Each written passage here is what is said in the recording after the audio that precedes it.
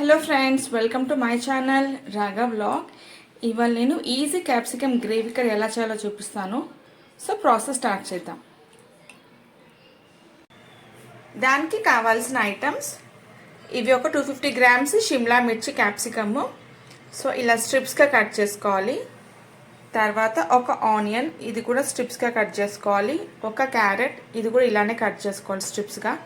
ఒక చిన్న టొమాటో, ఇది కూడా ఇట్లా పొడవుగా కట్ చేసుకోవాలి.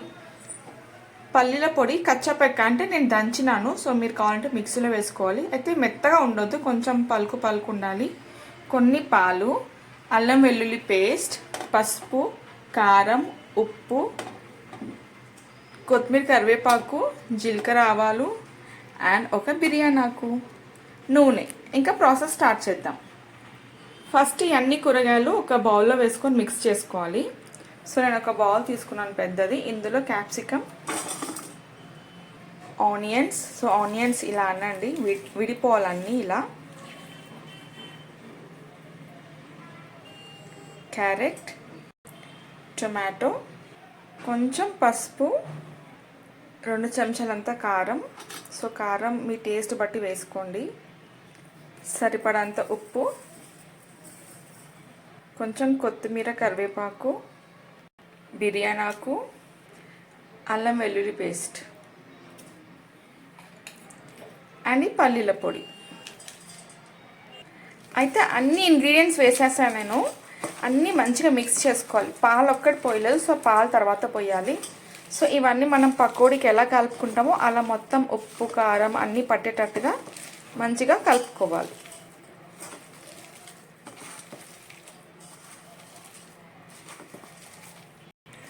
ఇది కలుపుకోవడం అయిపోయింది.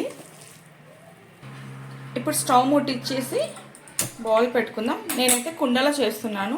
మీరు కావాలంటే నాన్ స్టిక్లో, స్టీల్లో, దేంట్లోన్నా చేసుకోండి. నేనైతే కుండలో చేస్తున్నాను. సో 2-3 చెంచాలంతా నూనె వేసుకోవాలి. నూనె వేడైంది. ఇప్పుడు ఇందులో ఈ వెజిటబుల్స్ మొత్తం వేసేసుకోవాలి. తర్వాత ఇవన్నీ ఒకసారి కలుపుకొని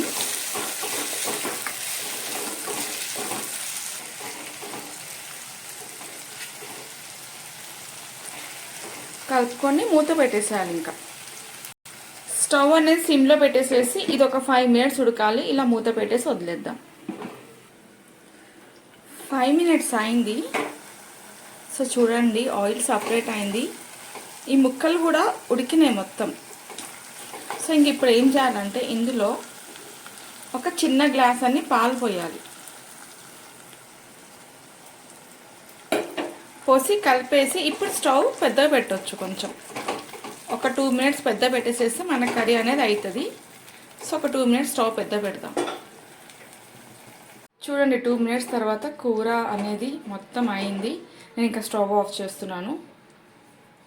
ఇది నాకు చేయడానికి 15 నిమిషాలు కూడా పట్టలేదు చెప్పాలంటే. కమ్మగా క్యాప్సికమ్ గ్రేవీ కర్రీ రెడీ అయింది. సో మీరు కూడా ట్రై చేయండి.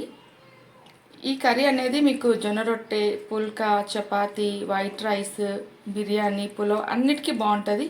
సో ఒకసారి ట్రై చేసి ఎలా ఉందో నాకైతే కామెంట్ చేసేయండి. Thank you for watching my video.